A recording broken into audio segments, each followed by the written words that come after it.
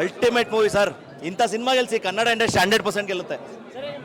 Super super ಚೆನ್ನಾಗಿದೆ sir, ಚೆನ್ನಾಗಿದೆ. Super super ಚೆನ್ನಾಗಿದೆ. ಸೂಪರ್ ಸರ್, ಸೂಪರ್ ಚೆನ್ನಾಗಿದೆ ಸರ್, ಚೆನ್ನಾಗಿದೆ, ಸೂಪರ್ ಆಗಿದೆ. ಸಖತ್ತಾಗಿದೆ. ಚೆನ್ನಾಗಿದೆ. ತುಂಬ ಸಖತ್ತಾಗಿದೆ ಮೂವಿ, ಮಾತ್ರ ಸೂಪರ್ ಆಗಿದೆ. ಒನ್ ಲೈನಲ್ಲಿ ಚೆನ್ನಾಗಿದೆ. ರೌಡಿಸಮ್ ಬಗ್ಗೆ ಎಲ್ಲ ತೋರಿಸೋದೆಲ್ಲ ಚೆನ್ನಾಗಿ ತೋರಿಸ್ಯಾರ, ನೀಟಾಗಿ ತೋರಿಸಿದ್ದಾರೆ. ಕ್ಲೈಮ್ಯಾಕ್ಸ್ ಮಾತ್ರ ಸ್ವಲ್ಪ ಟ್ವಿಸ್ಟ್ ಸಖತ್ತಾಗಿತ್ತು. ಅವ್ರು ಸಾಯೋದೆಲ್ಲ, ಅವ್ರ ಜೊತೆ ಇರೋರೆಲ್ಲ ನಮ್ಮದವರೆಲ್ಲ ಮೋಸ ಮಾಡೋದು, ಆಮೇಲೆ ರೌಡಿಸಮ್ ಮಾಡೋರಿಗೆಲ್ಲ ಈಗ ಬಂದು ಮೂವಿ ನೋಡಬೇಕು. ಏನಕ್ಕಂದರೆ ಇದು ಅವರು ಇನ್ನೊಬ್ಬನಿಗೆ ಕೊಲೆ ಮಾಡ್ತಾರೆ, ಇನ್ನೊಬ್ಬ ಬಂದು ಇವನಿಗೆ ಕೊಲೆ ಮಾಡ್ತಾನೆ, ಅವನಿಗೆ ಕೊಲೆ ಮಾಡಿಬಿಟ್ರೆ ಅವ್ನು ಇನ್ನೊಬ್ಬ ಬಂದು ಕೊಲೆ ಮಾಡ್ತಾನೆ. ಅದು ಚೆನ್ನಾಗಿ ತೋರಿಸ್ಯಾರ ಮೂವಿ ಮಾತ್ರ.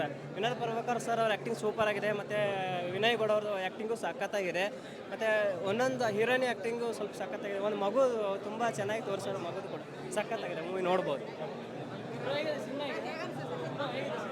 ಚೆನ್ನಾಗಿತ್ತು.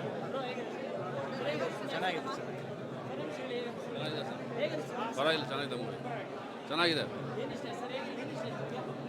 ಲಾಸ್ಟ್ ಸೀನ್ ಅಂದರೆ ಅವನ ಕೊಲ್ಲೋ ಬಗೆಯಲ್ಲಿ ಯಾವ ಥರ ನಾವು ಈ ಥರ ಮಾಡ್ತೀವಿ ಅಂತ ಅದನ್ನು ನಾವು ಮುಂದಾಲೋಚನೆ ಮಾಡಬೇಕು. ನೀವು ಕೂಡ ಸಿನಿಮಾ ನೋಡ್ರಿ, ಗೊತ್ತಾಗುತ್ತೆ ನಿಮಗೂ ಕೂಡ ಯಾವ ಥರ ಸಿನಿಮಾ ಅಂತ. ಒಂದು ಅಲ್ಟ್ರ್ ವರ್ಡ್ ಏನಿತ್ತು 1980ರಿಂದ 90ರ ದಶಕದಲ್ಲಿ, ಆ ಸಿನಿಮಾ ಮತ್ತೆ ಇವಾಗ ಮರುಕಳಿಸಿದೆ ಎಲ್ರಿಗೂ ಕೂಡ. ಅವಾಗ ಏನು ಯುದ್ಧ ನಡೀತಿತ್ತು, ಈಗ ಅದನ್ನು ಯುದ್ಧನ ಈ ಸಿನಿಮಾದಲ್ಲಿ ತೋರಿಸಿದ್ದಾರೆ. Thank you so much sir. ಈ ಸಿನಿಮಾದಲ್ಲಿ ರೋಡಿಸಮ್ ಎಂಬುದು ಎಲ್ಲ ಮಣ್ಣು ಅಂತ ನನ್ನ ಪ್ರಕಾರ. ಒಳ್ಳೆ ಓದಿದರೆ ಮಾತ್ರ ವಿದ್ಯೆ, ರೋಡಿಸಮ್ ಮಾಡಿದ್ರೆ ಮಣ್ಣು, ಇಷ್ಟೇ.